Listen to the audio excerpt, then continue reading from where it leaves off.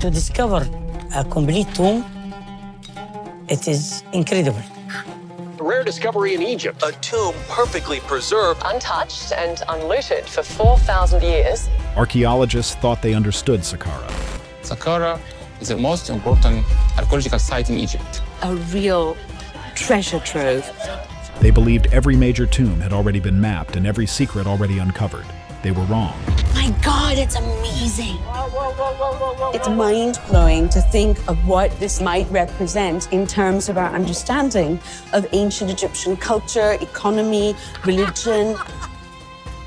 During a routine excavation, scientists broke through a sealed structure that no record ever mentioned. The moment the stone shifted, a blast of stale air and dust pushed back against them like something alive. The deeper they went, the clearer it became that this tomb was never meant to be opened by the living. The sealed pink granite door that should not have opened. In 2024, a team of Egyptian archaeologists began excavating the western edge of the Saqqara necropolis, an area near the older mastabas south of the step pyramid of Djoser. This zone had never produced anything remarkable. Most finds here were small storage shafts, animal burials, or the broken remains of simple offering tables. The team expected another routine dig with routine results. There was no tension, no excitement, and no reason to expect anything unusual. That changed the moment they reached a towering pink granite barrier buried under several layers of sand. The door stood over 4 meters tall, and its surface was cold and unnaturally smooth. It did not belong in this part of Saqqara. It looked like someone had forced an object from a royal complex into an area meant for common workers. Everyone on the team recognized immediately that something was very wrong. The material alone was shocking. Pink granite came from Aswan, almost 600 kilometers to the south. Moving a block of this size in ancient Egypt required a full workforce, long river transport, and months of preparation. Granite of this type was reserved for top-ranking elites who lived during powerful periods like the 5th dynasty. No one expected anything related to that level of royalty to exist in this forgotten corner of Saqqara, and certainly not behind a door made from one of the most expensive stones in Egypt.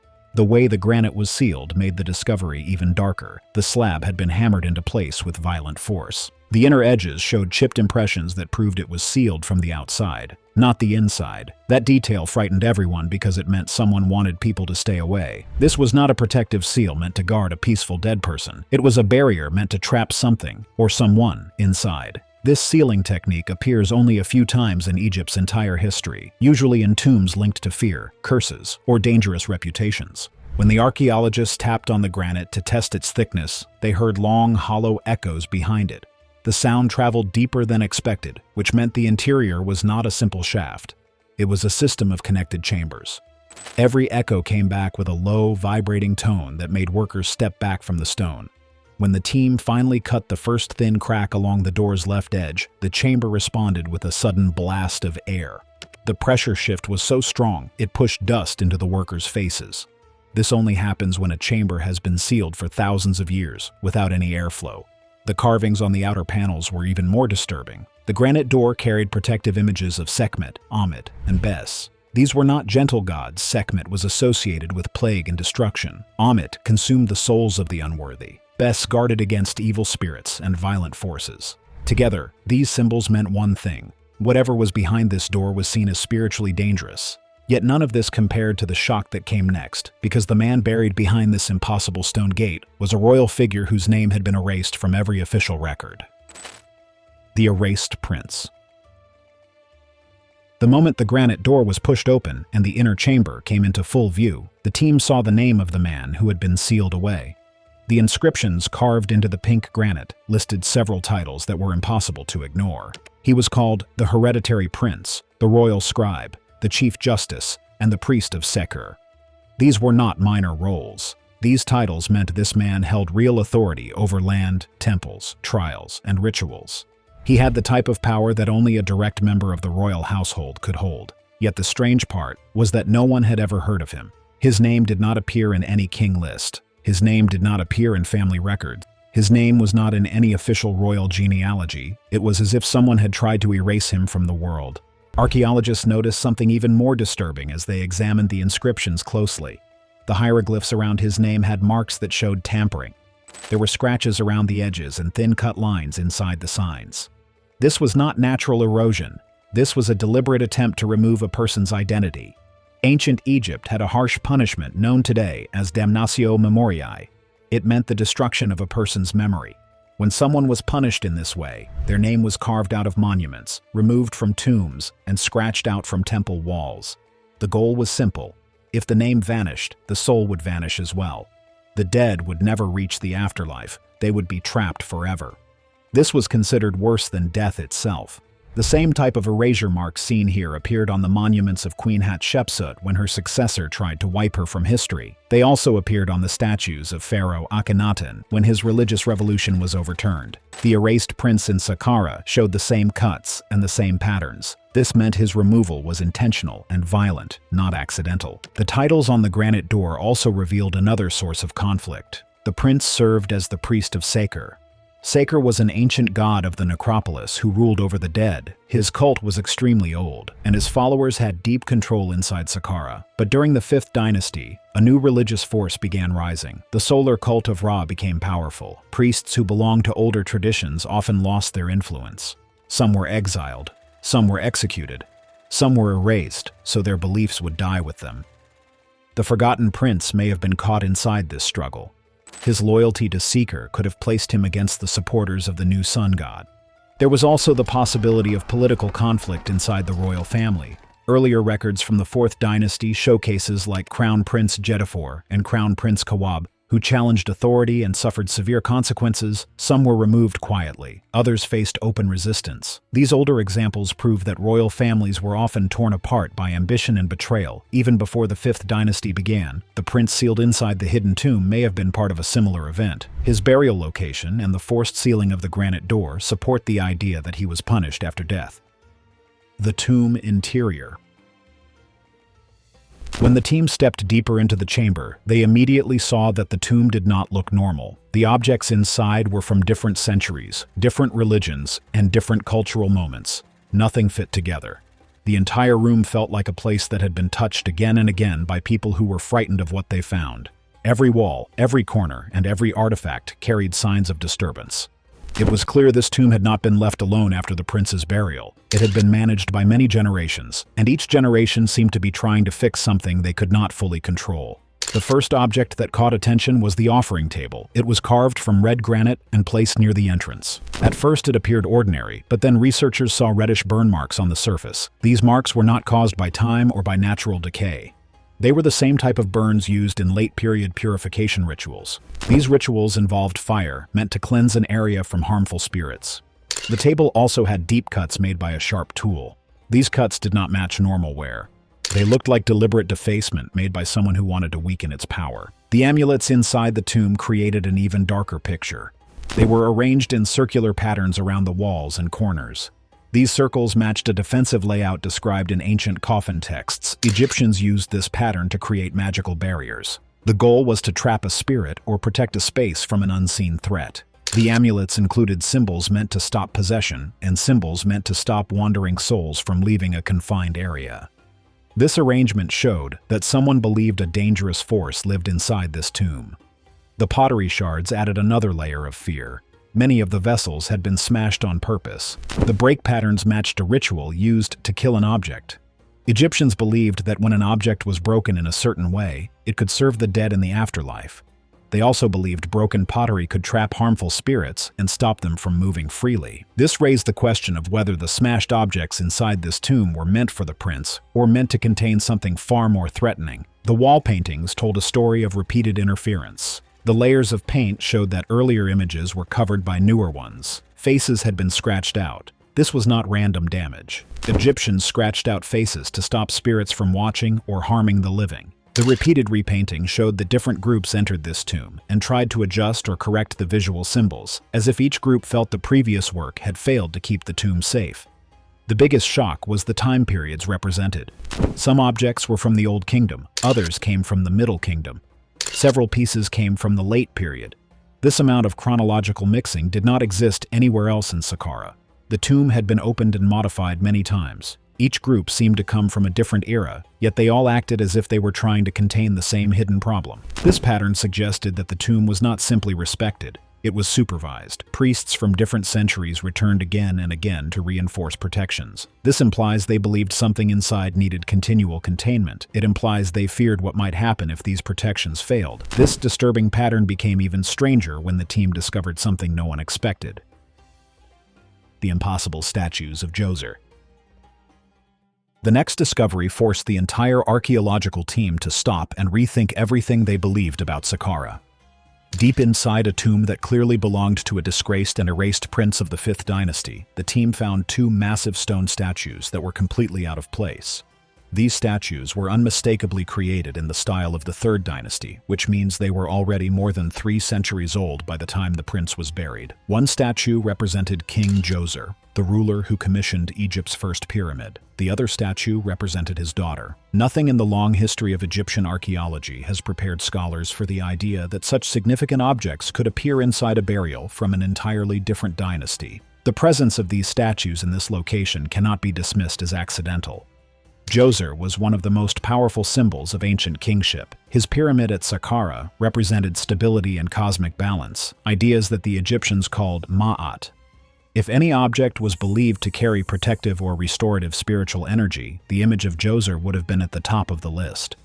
This makes the discovery even more unsettling. Djoser was not related to this prince, and the royal families of the 3rd and 5th dynasties were separated by enormous historical distance. No tradition recommends placing statues from one dynasty inside the tomb of another. The only explanation must come from a far later period in Egyptian history. During the 26th dynasty, Egypt experienced a time of fear, revival, and spiritual desperation. Foreign threats increased. Persia became a looming danger. In response, priests revived ancient traditions and began preserving older objects with a sense of urgency. They believed that the earliest symbols of kingship held great power. There are records from this era describing the movement of relics from older dynasties in an attempt to protect them from destruction. There are also accounts of priests using ancient statues in a very specific ritual manner. They believed that older divine images could stabilize a spiritually dangerous space. The belief was simple: if a tomb was disturbed or contained an unresolved force, the presence of an ancestral king was thought to restore order. This practice has a parallel at Abydos. During periods of national crisis, priests reburied relics connected to Osiris in order to strengthen the sacred power of the site. The motivation was not decorative or symbolic. The priests believed they were fighting an unseen spiritual disruption. Something similar may explain why the statues of Djoser and his daughter ended up in this prince's tomb. This creates a chilling image of what likely happened. At some point during the 26th dynasty, priests may have opened this forgotten tomb and realized that something inside it felt spiritually unbalanced. Perhaps they believed the spirit of the disgraced prince was restless. Perhaps they feared the ritual damage visible on the walls. Whatever they sensed, they decided that simple offerings were not enough. They needed the protective presence of the earliest king of Saqqara. Imagine the scene: a group of priests working at night, moving heavy granite statues through dark corridors, whispering prayers, and placing the images of Djoser and his daughter inside a tomb that already had a reputation for danger. They were not honoring the prince. They were trying to control something that frightened them. They treated the tomb not as a resting place, but as a spiritual hazard that required containment. Yet even this extraordinary act of spiritual reinforcement was nothing compared to what the archaeologists found deeper inside. The 13 statues watching the dead. The moment the archaeologists stepped into the final chamber, they felt something was wrong. The room was long and narrow, carved with smooth precision into the bedrock. Along the entire length of the left wall stood a granite bench. Upon it sat 13 statues, each placed with such exact care that not a single one leaned or shifted. The statues formed a perfect row. Every figure faced the center of the room. Every figure stared toward the deeper recess of the tomb, as if guarding something that the living were never meant to disturb. This was not artistic decoration. It was not a normal part of Old Kingdom burial practice. No other tomb in Saqqara had ever shown anything like this. The statues shared an even more disturbing detail. All 13 were headless. This was not the work of looters or the result of natural collapse. The cuts were clean. The surfaces were smooth. The removal had been done intentionally. In ancient Egyptian ritual practices, the head held the seat of identity, memory, and spiritual power. When the head of a statue was removed in a controlled way, it was done to strip that figure of authority. This act prevented the statue from acting as a spiritual vessel. It removed its power to see, to speak, or to influence the world of the living.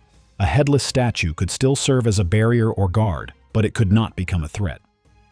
The priests who arranged these 13 figures had clearly believed that power needed to be controlled.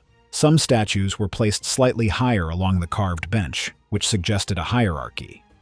In Egyptian funerary symbolism, height often represented increased status or a stronger protective function. Elevated figures usually depicted wives, royal women, or priestesses who played powerful roles in guarding the boundary between the living and the dead. Their presence here implied a carefully constructed spiritual order. The arrangement resembled a council. It resembled a line of watchers assigned to observe and contain a single, dangerous presence deeper within the tomb. One statue stood apart from all the others. It was carved from solid black granite. This material was strongly associated with Osiris, the god of death, resurrection, and judgment. The black statue lay upside down on the bench. This was one of the rarest and most alarming funerary symbols in all of ancient Egypt. When a divine image is turned upside down, the action signaled the reversal or binding of spiritual power. It was a technique used only when priests believed they faced a curse, a violent spirit, or a threat that could not be controlled through ordinary ritual. The inverted black statue suggested that whatever force they feared was connected to the underworld itself. Standing inside the chamber would have felt overwhelming. The silence, the perfect alignment, the empty necks, the sense of being watched by 13 stone bodies arranged like judges in a forgotten trial. It created a cold, heavy pressure that made it clear the ancient Egyptians were fighting something they could not fully control. Everything pointed to one truth. This formation was a containment system designed to impose order on a tomb that priests believed was spiritually unsafe. All of these signs, from the erased prints to the sealed granite door to the multi-era artifacts and the 13 headless watchers, led to one final question. Why did Egypt keep returning to this one tomb and altering it again and again, as if the entire kingdom feared what waited inside? The final mystery. The deeper archaeologists went into the tomb, the clearer it became that the ancient Egyptians had not treated this place as a forgotten burial. They had treated it as an active problem. The walls, floor, and chamber entrances told a story of constant return. Fresh plaster covered older layers, which meant the tomb had been opened and resealed again and again. Incense residues from the late period were found in corners that should have remained untouched for thousands of years. Some offerings, such as small faience beads and simple clay jars, matched the style of the 26th dynasty. These items showed that priests entered the tomb long after the prince's burial and tried to renew protective rituals. This raised a disturbing question: why this tomb, when Saqqara holds thousands of others that were never touched again after the day they were sealed? The answer seemed tied to the tomb's position. It sat very close to the remains of 5th Dynasty priestly complexes linked to older underworld traditions. The location was not random. It suggested that the prince had played a role in ceremonies that threatened the rising solar faith. Later generations may have feared that the spiritual forces connected to his ritual life had not been properly contained. More clues came from the physical condition of the interior. Some niches had been closed with newer stone fragments that did not match the original construction.